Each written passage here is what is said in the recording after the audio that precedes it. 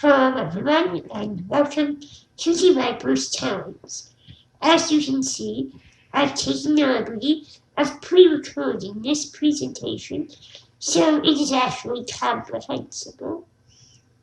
Before we begin, I'm going to apologize to anyone who speaks French or Dutch for my atrocious pronunciation. Now, at its most basic level, the Viper's Times was a French magazine, which is to say, it was a periodical produced by soldiers on the front lines of World War I. The journal was made by the men of the 12th Battalion of the Sherwood Foresters, a group of British soldiers stationed in this town, Ypres. As you may have guessed, Ypres was the site of several major battles throughout World War I. The town, which was in the western part of Belgium, was more or less directly in front of the planned German offensive against France.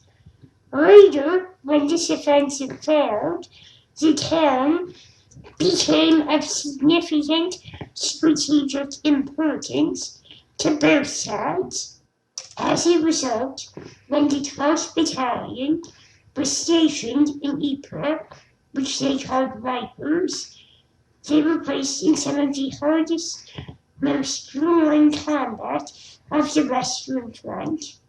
Consequently, when the battalion found an abandoned printing press, it may seem surprising that they chose to respond to their situation by producing a satirical magazine. As unlikely as it may have been, however, the Viper's Times would come to be one of the most influential of the French magazines from World War I. This all begs the question, why was the Viper's Times so popular and influential? The obvious place to start is with the most basic information about the periodical. For example, the magazine was only called the Viper's Times for about 2 months. The 12th Battalion would change the name of the publication every time they were restationed. After being started in February of 1916, the magazine would be renamed to the New Church Times in April 1916, the Camel Times in July 1916, the Psalm Times later in July 1916, the BEF Times, or British Expeditionary Force Times, in December 1916, and finally the Beggar Times in November 1918. This rapid series of name changes corresponds quite well with the highly irregular publishing schedule of the Viper's Times. Initially, the magazine was published once every week to every month. It would then go on hiatus in the fall of 1916. It would then return as a roughly monthly publication, again going on hiatus in summer 1917, and then being nearly permanently halted by the German Spring Offensive in 1918 until the war's end. This is not to say that the Viper's Times 2-year run was complete chaos. They always had the same editor, F.J. Roberts, the captain in the 12th Battalion.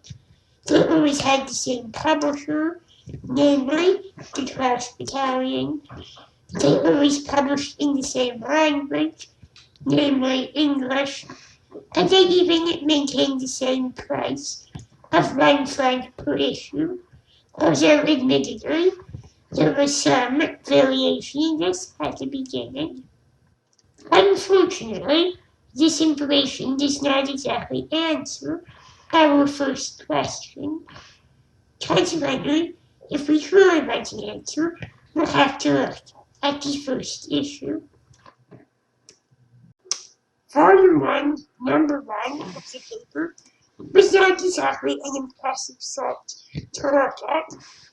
Looking at the pages, we see that they were 2-column serif-lined black and white, 2-column serif-lined black and white, and you guessed it, 2-column serif-lined black and white. This plain, minimalistic style would be used for the entirety of the paper's run. Now, none of this information is surprising.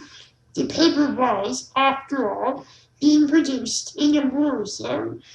Where were the soldiers making it going to find colored ink, ordering the time to give the paper a fanciful format? The paper was also rather small. It was only 11 inches tall and about 12 pages long, including the cover page. Obviously, they didn't have time to make a 100-page long magazine. However, this also had the unexpected benefit of making the Viper's Times well suited to being read in a soldier's spare time. The most illuminating part of the first issue of the Viper's Times is its actual content.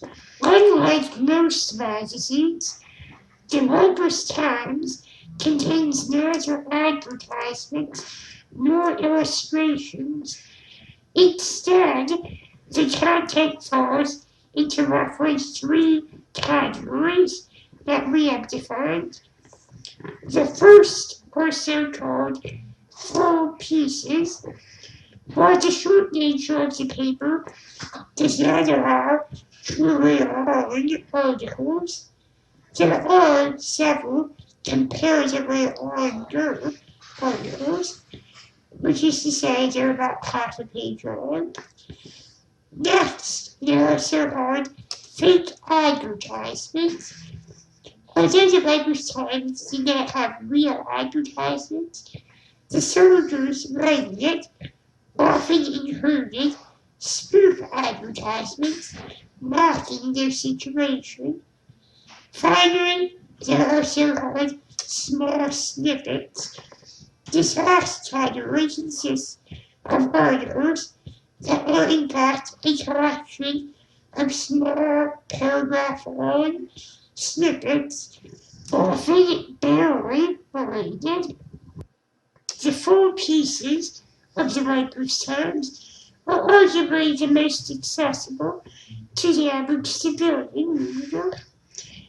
Unlike the rest of the paper, these are largely self-contained pieces which can be understood without needing knowledge of the minutiae of the ECK battlefield. For example, one of the longer full pieces in the first issue, entitled Reflections on Being Lost in Ypres at 3 a.m., makes no reference to individuals of the 12th Battalion or local German incursions into the British lines, or anything that the average civilian would not understand.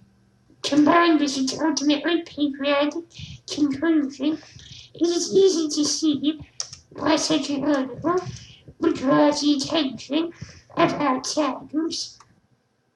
The fake advertisements, in contrast, are not appropriate at all to a civilian audience, or for that matter, an audience of soldiers who have not served in Ypres. Unlike the full pieces, the fake advertisements routinely make mention of local landmarks, roads, and even individuals. Consequently, the fake advertisements end up making little sense to a person not actively serving in the 12th Battalion. Finally, these short snippets occupy a middle ground in terms of accessibility. Unlike the full pieces, the short snippets again involve many insider references. For example, one of the columns, entitled Things We Want to Know, references an infantry officer disguised as an ex-mystery. While this does have a certain absurd humor to it, it is simply weird to a person not there. Mixed with these inside jokes, however, are several genuinely funny references that anyone can get. In another short snippet, the paper goes on to mock a person for mistaking German for French, something that any person with a moderate knowledge of the language will find amusing. So then, what can we conclude from this? From the sheer number of inside references, it seems clear that the Writers' Times was never intended for general consumption, and possibly not even for consumption in the military outside of Ypres. However, the periodical includes just enough quality content that is comprehensible to the civilian and to the soldier not in the 12th Battalion, that the paper has a broader appeal.